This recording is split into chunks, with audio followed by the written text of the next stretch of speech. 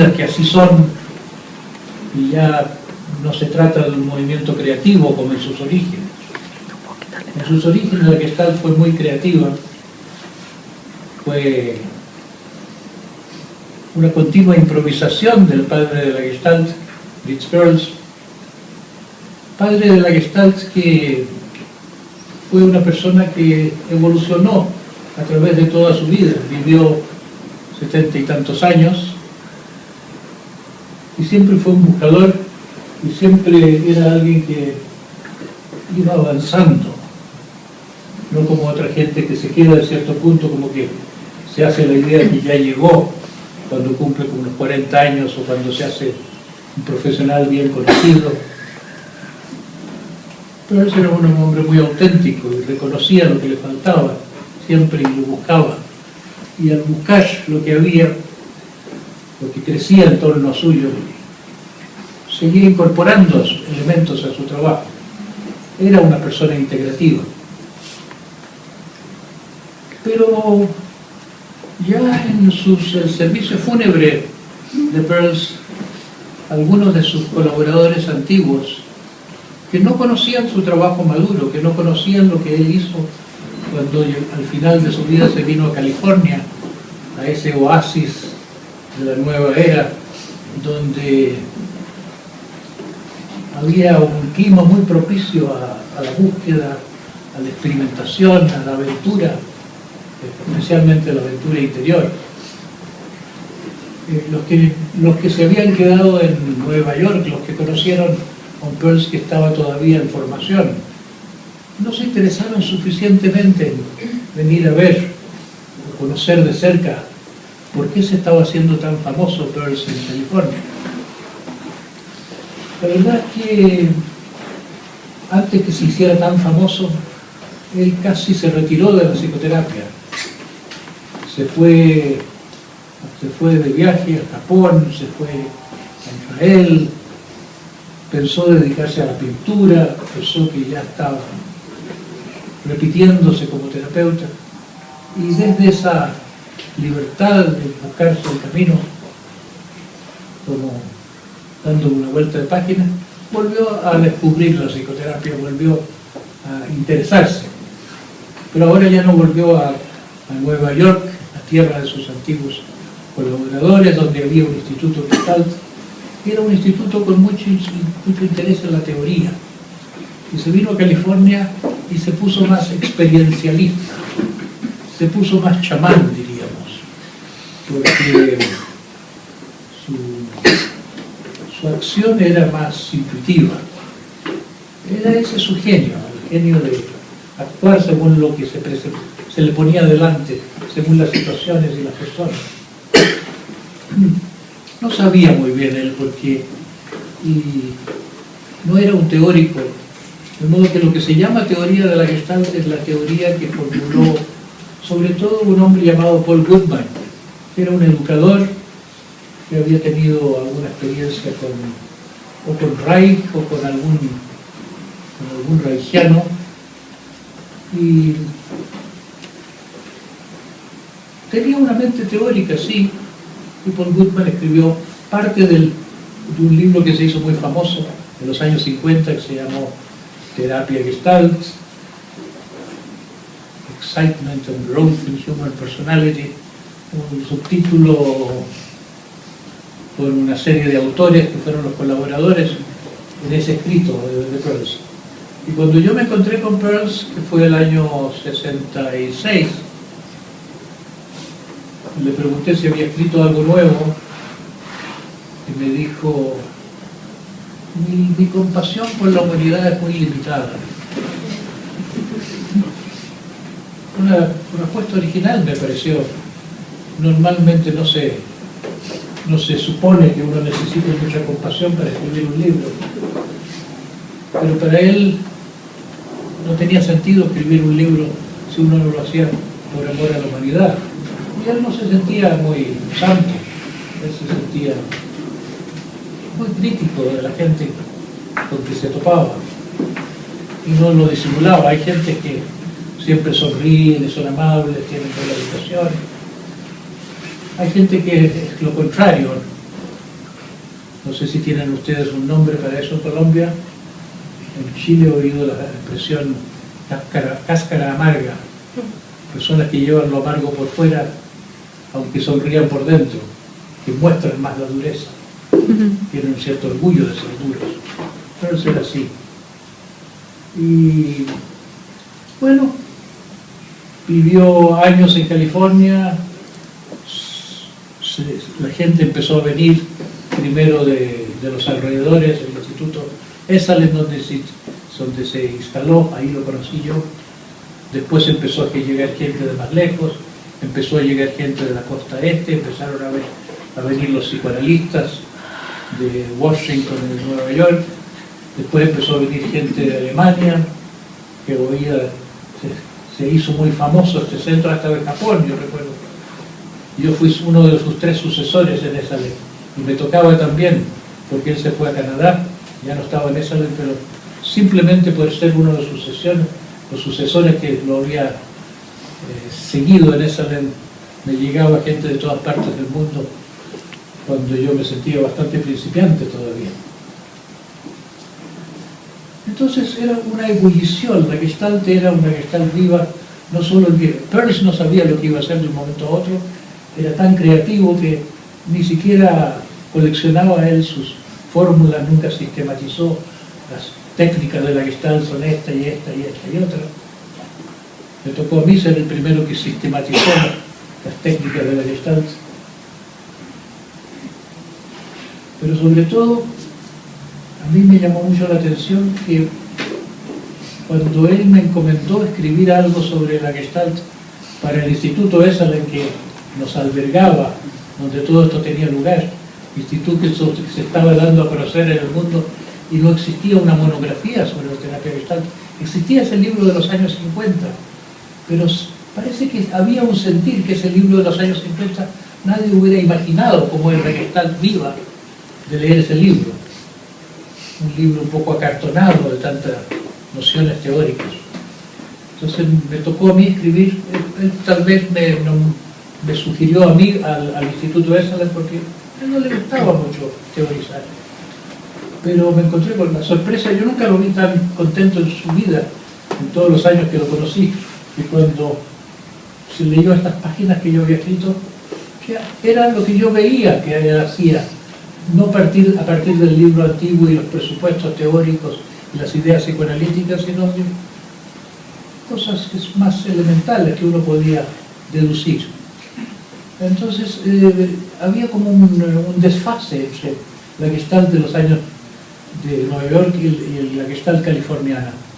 Y apenas se murió Peirce, los antiguos colaboradores se las dieron de los verdaderos representantes, sin conocer el nuevo trabajo de él, lo que venía haciendo los últimos años. Es como si se hubieran aprovechado de una posición política de ser los antiguos. Y establecieron el Gestalt Journal, la revista de Gestalt, y organizaron las conferencias anuales. Y con estas dos cosas que parecen tan bien intencionadas y naturalmente útiles, se establecieron como una especie de poder político. Porque quien tiene un diario, quien tiene una revista, elige lo que publica y lo que no publica, lo que promulga como la Gestalt válida, la Gestalt no válida. Y se empezó a establecer un clima cada vez más ortodoxo, un clima en que muchas cosas que Peirce, si las hubiera conocido, las habría integrado. Se decía, no, eso no es Gestalt. Por ejemplo, muchos se interesaron en integrar lo que se llamó en California las nuevas somatologías. Muchas escuelas de trabajo de cuerpo surgieron, terapias corporales. Los gestaltistas estaban muy receptivos a eso. Pero Laura Peirce, todavía de la costa este, decía, no, ¿qué más trabajo de cuerpo necesitamos? La Gestalt ya tiene trabajo de cuerpo, un buen gestaltista se fija en el cuerpo y sus intervenciones son válidas porque tiene buen ojo. Y después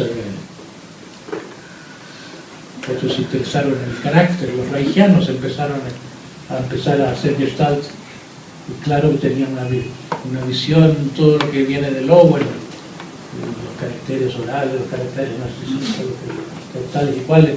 Y claro, el que te conoce, el que ve carácter, ve más cosas en la persona con quien está trabajando, independientemente de la modalidad de terapia que haga.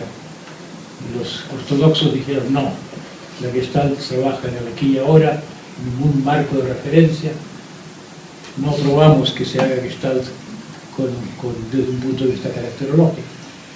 Entonces se creó esta ortodoxia con su libro sagrado, que era el libro de los años 50, en que no había tantas palabras de Peirce como de Goodman, a quien Peirce se había pagado $500 que había ahorrado en los años 50, creo, para que hiciera una formulación sobre la Gestalt, para que fuera una especie de pasaporte de la Gestalt en el mundo tan académico de Nueva York de aquel tiempo, en que dominaba el psicoanálisis, que es tan intelectual. Entonces ahí, por la presión de esta escuela antigua y los antiguos que quisieron decirse nosotros somos los importantes, como resultado de eso se empezó a decir, se necesita una Gestalt más viva, y cuando le puse nombre a uno de mis libros le puse por una Gestalt viva. Pero parte de la Gestalt viva es mantener las puertas abiertas a nuevas integraciones. Peirce era una persona muy creativa. Cuando Eric Berne apareció en escena y formuló toda su visión de los juegos que hace la gente, no sé cuánto conocen ustedes desde este punto de vista, games people play, las conductas estereotipadas, los roles estereotipados, el rol de víctima, el rol de verdugo, el rol de yo pobrecito y tantos otros, como son fórmulas que se repiten en la vida.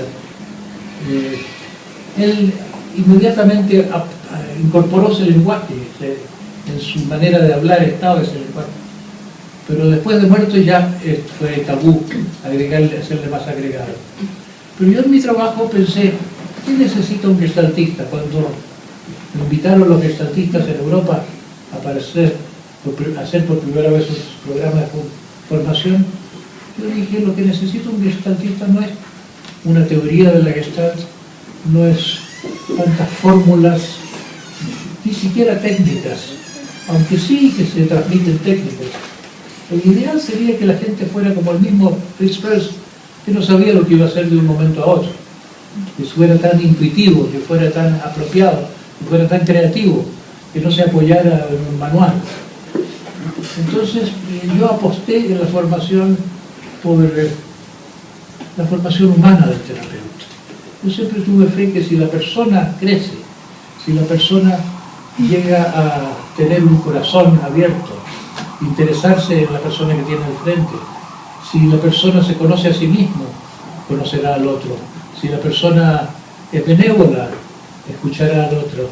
Si la persona evoluciona, si la persona hace un camino, tiene un sentido de la vida, es como un sentido de búsqueda, de mejorar su conciencia, eso ayuda al otro. Eso se transmite por contagio. Yo siempre sentí que los intentos de traducir en palabras lo que hacen los grandes terapeutas se quedaba corto. Los terapeutas de distintas escuelas hacen más o menos lo mismo. Los principiantes hacen cosas distintas. A medida que va pasando el tiempo, lo que hace la terapia parece cada vez más normal y no se sabe dónde está el secreto, porque tiene una complejidad que es como la vida misma, que se sale de esquemas. Así que yo me dediqué a responder a lo que querían los gestaltistas de España, sobre todo con un programa que comprendería cosas como la meditación para tener más capacidad de saber lo que pasa, más capacidad de entrar en el silencio propio. Estamos todo el tiempo distraídos de nosotros mismos, estamos en nuestra propia nube de conversaciones con nosotros mismos, un poco cerrados al mundo y a los demás. Serviría tener un proceso en que la gente terminara los asuntos pendientes con sus padres. Todos los adultos tienen muchos asuntos pendientes con los padres que ya los han enterrado, estos asuntos pendientes. Ya es como que el adulto siente una vergüenza todavía tener resentimiento con mi padre o con mi madre, Entonces es como que se entierra el asunto, pero esto está terminado. Se refleja en la vida diaria, en todas las relaciones donde la autoridad tiene algo de la relación con el padre, algo del resentimiento que quedó de niño con el padre, y todas las relaciones amorosas tienen algo de la presencia de los problemas de la madre o con la madre. Así que incorporé lo que introdujo en Estados Unidos una persona llamada Bob Hoffman. No sé si aquí se conoce como proceso Hoffman, lo que se hace en esta escuela. Después se llamó proceso de cuadrinidad.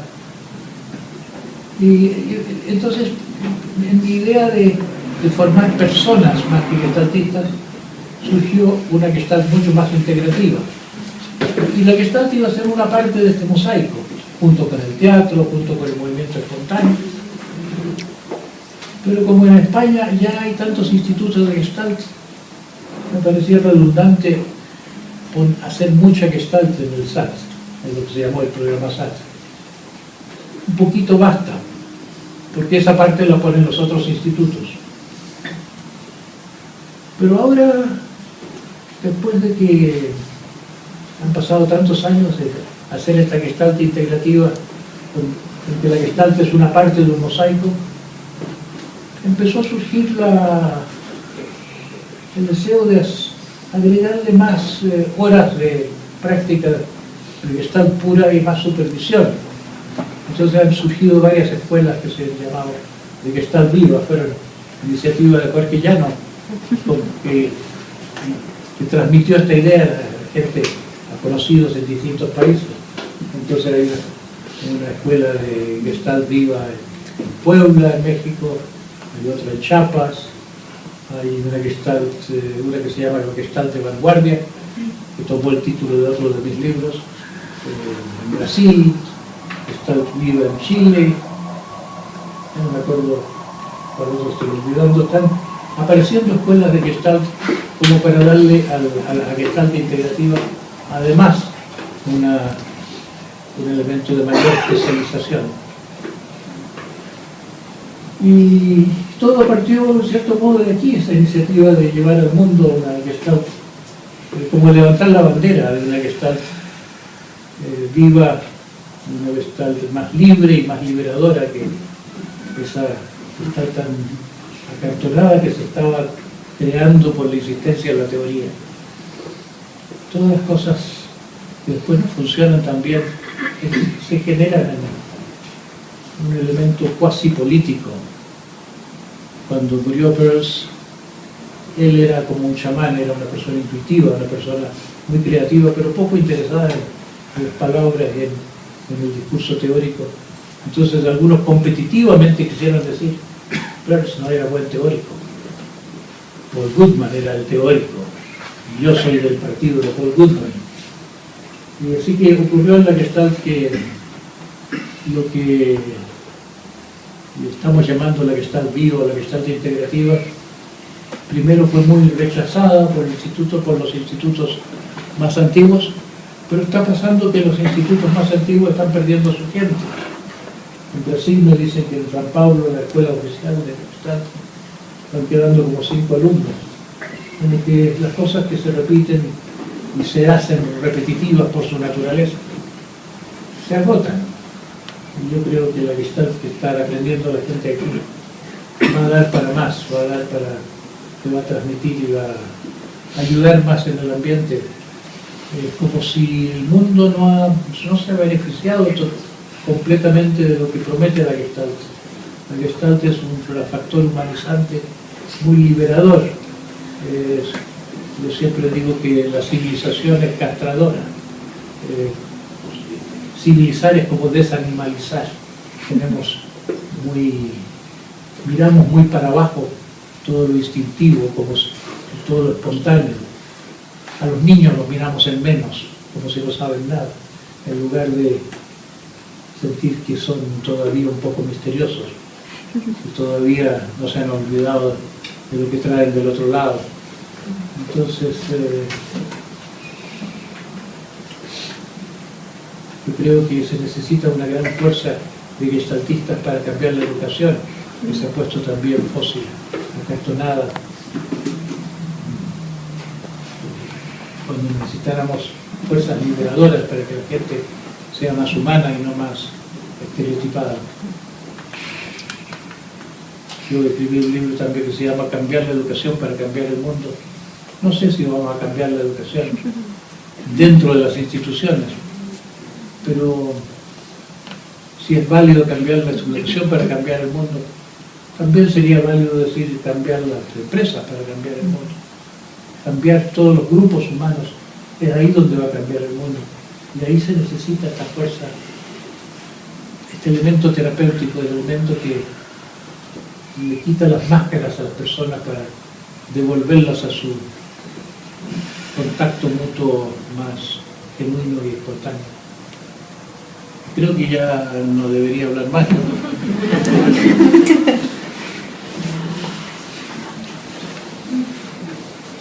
Dejémoslo aquí. Gracias, Claudio. Gracias. Continuamos. Muy bien.